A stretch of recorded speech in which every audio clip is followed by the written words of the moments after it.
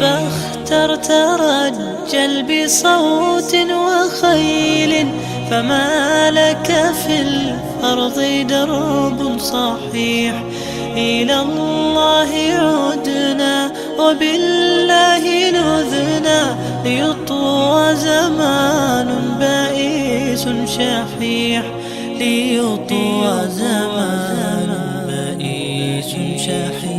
سب سے پہلے آج ہم سن لیتے ہیں کہ اس کا نام کیا ہے, کہاں رہتا ہے, مکمل جناب کا بایو ڈاٹا. سب سے پہلی چیز اس کا نام سن لیتے ہیں. اس کا نام جیسے میں نے بتایا, اس کا نام ہے شکیل اور اس کے باپ کا نام ہے حنیف. شکیل بن حنیف. یہ اصل میں رہتا تھا بہار, اصل بہار کا رہنے والا ہے. عثمان پور نام سے ایک علاقہ ہے, وہاں کا رہنے والا ہے.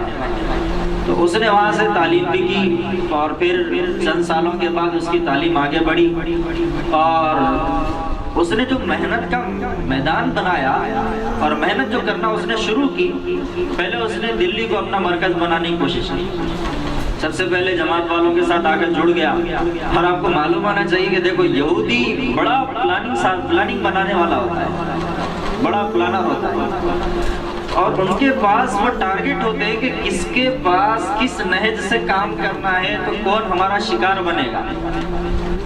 تو وہ خود اپنی باتوں میں کہتا ہے, اس کے باضابطہ کوئی کتابیں نہیں ہیں, کیا ہے ان پڑھ جاہل قسم کا انسان ہے جو باہر کی ذرا تھوڑا سا پڑھ لی انگریزی تعلیم, اس کے علاوہ اس کو کوئی بڑی تعلیم نہیں. لیکن پھر بھی اس کے ساتھ کچھ ایسے دین فروش لوگ, ایمان فروش لوگ اس کے ساتھ مل گئے ہیں جو مال کے پیچھے جا کر اس کی ہاں میں ہاں ملاتے ہیں اور اس کی باتوں کی اچھی اچھی تعویلیں پیش کرتے ہیں اور اس کی باتوں کے اوپر حدیثوں کو جوڑ کر پبلک کو گمراہ کرنے کی کوشش کر رہے ہیں. تو اس میں اس نے کسی ایک عالم کے ساتھ, ایک بہت بڑے مولانا مفتی صاحب ہیں, ان کے ساتھ اس نے مقابلہ کیا چھپے چھپے اس نے خط بھیجنا شروع کیا, خطوں کا جواب. تو اس کے اندر اس نے اپنی کچھ باتیں پیش کی, بس انہی باتوں سے اس کا جائزہ لیا جا سکتا ہے. کہ اس نے خود کہا, میں یہ دلیل دے رہا ہوں کہ اس نے اپنی بات کس نہج سے شروع کی اور اپنا ٹارگٹ کس کو بنایا. اور اس نے یہ بھی اقرار کیا ہے کہ بات دراصل یہ ہے کہ میں نے دیکھا کہ ہمارے تبلیغی جماعت کے بھائی ساری جماعتوں میں سب سے زیادہ تقوی والے.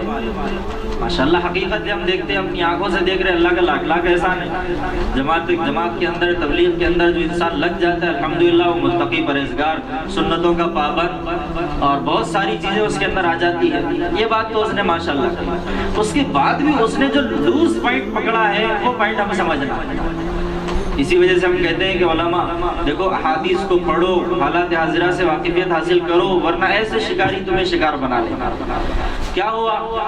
وہ خود کہتا ہے میں نے دیکھا دنیا کی ساری جتنی بھی جماعتیں, تمام جماعتوں میں سب سے زیادہ متقی لوگ وہ تبلیغی جماعت کے لوگ ہیں. اور اس کے بعد اس نے کہا کہ میں نے یہ بھی دیکھا یہ بیچاروں کو جتنا علم حاصل کرنے کا شوق ہے, جتنا متقی بننے کا شوق ہے, وہ حدیثوں میں اتنے کورے ہیں, حدیثوں سے ناواقف ہے بیچارے. اس لیے کہ ان کے پاس تو صرف اتنی باتیں ہوگی جتنا ہمارے کام سے تعلق ہے, باقی ہم کوئی سننا بھی نہیں چاہتے. یہ غلط بات ہے.